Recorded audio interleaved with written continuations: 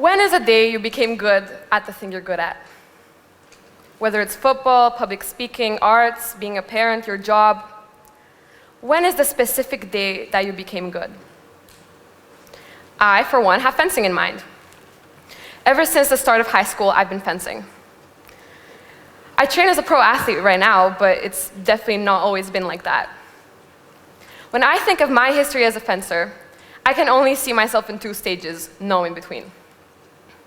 Stage one, not knowing how to hold a sword, clueless to the rules, and quite frankly, clueless to everything that had to do with being a fencer.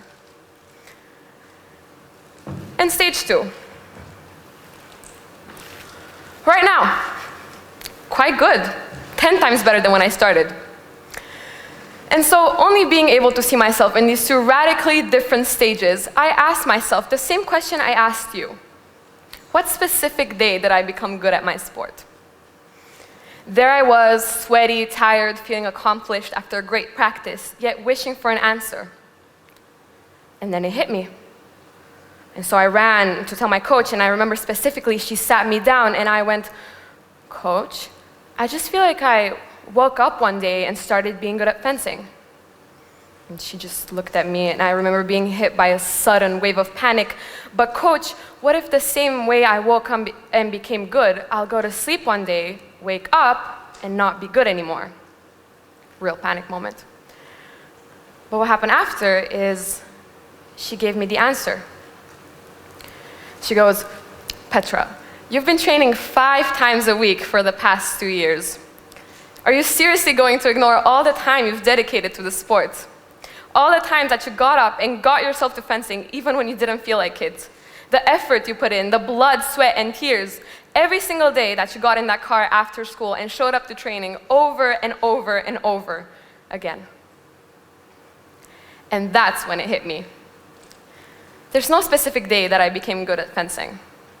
As a matter of fact, there's no specific day that you became good at whatever you're good at. It's the small, monotonous, everyday choices that you made throughout multiple days that made you good. It's not one day. It's all the days. All the times, at all times. And at first, becoming good at something doesn't even require that much time. According to the New York Times, all it takes is 18 minutes of practicing whatever skill to become better than 95% of the world at it in 1 year. But if it's so easy and as short as 18 minutes, then why don't we all do it? Why are these small daily choices so hard to make? As I reflected on my own progress and journey in fencing, I realized that these small, everyday choices are so hard to commit to because they don't have short-term impacts. For example, if I were to pick up my sword and hit a target 10 times, 100 times, I wouldn't be better at fencing the next day. Spending 20 minutes doing math problems won't make you better at math. One day at the gym won't make you buffer. But try it for a month, hitting that same target 10 times every day for 1 month. Spending 20 minutes doing math problems every day for 1 month, being consistent with the gym for 1 month, for 3 months, for 6 months, for 1 year, and that's when you'll start seeing the progress kick in. See, but that's also what makes this so hard. Whether it's arts, playing an instrument, or developing a new skill, gaining satisfaction from becoming good at something won't come from only training your skills once a week. So how do you move from doing something once a week to being consistent with it nearly every single day? If you Google how to start and maintain a routine, most information you'll get will be about motivation and how to keep staying motivated. And that's right. Motivation is a great starting point. It's that excitement and drive that you get when you pick up a new hobby or activity. It's the process that guides goal-oriented behaviors. Motivation is your why. Why am I doing what I'm doing? And why do I want to achieve this end goal? The problem with motivation is that it's not consistent. It comes and it goes, and it's a temporary feeling. Sure, one day you'll be fully driven by or motivated and be so excited to go do your activity, but the next day you might have no motivation, just want to stay in bed and do nothing. And so where most people get stuck, and the reason that they don't achieve their end goals, is because they only rely on motivation. Discipline. Discipline is being able to carefully control the way that you work, live, or behave in order to achieve a goal. Or, in simpler terms, discipline is doing what you know you should do instead of what you want to do in order to achieve that end goal. So taking the previous example, discipline is when, although you want to stay in bed, you get up and go do your activity because it's what you have to do in order to improve. While motivation is your why, discipline is your what and how. What do I need to do to achieve my end goal, and how do I achieve it? This is also the reason why discipline, compared to motivation, is more consistent and it doesn't just come and go.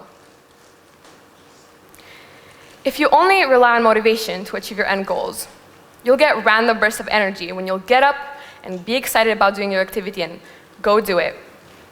And you might have this burst of energy today, and tomorrow, and the following day too.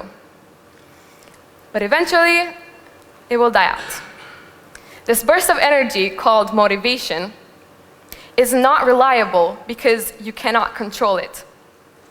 Sure, you'll be able to see some progress only from relying on motivation, but never as much as if you rely on discipline, which is essentially relying on something you can control, your own conscious choice of getting up and doing your activity.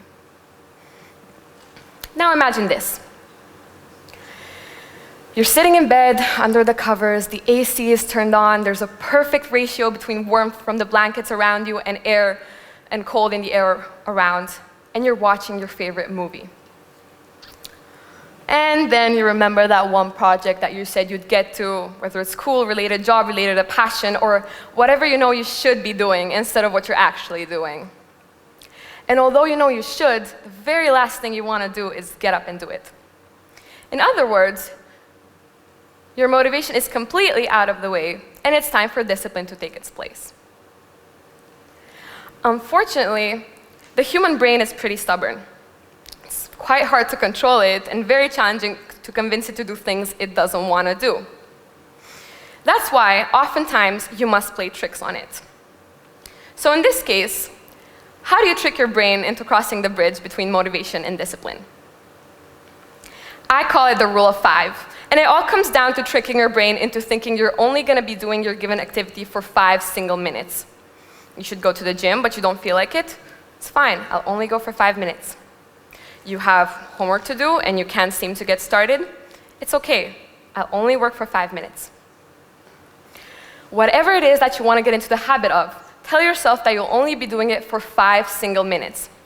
Because by the time you go to the gym and start warming up, or by the time you open your laptop and start working, you're going to want to keep on going for longer than just 5 minutes. The reason why the rule of 5 works is because it helps you get started, and it helps you create that routine, which is often the most challenging part of becoming disciplined. And here's how becoming disciplined and having a set routine can help you achieve your end goals. My lack of motivation in fencing was so intense at one point that I decided to quit. I talked to my parents about it, and I just considered that I'm better off without training. The interesting thing is that as I was having these discussions, and essentially as I was deciding to quit, I still showed up to training every single day. Did I want to be there? Absolutely not. Would I have rather been home in bed? Yes. Thing is, this wasn't the first time that I didn't feel like going to fencing, nor will it have been the last. But because I had previously been so disciplined with fencing, I started, without even realizing it, to learn how to train even on the days when I didn't feel like it, to the point where after a few consistent weeks of training, my desire to quit was completely gone. That's when I realized that fencing was not just a hobby anymore. It was part of my everyday life, part of who I was, and of who I am. So no, it wasn't just one day that I went from stage 1 to stage 2 in fencing.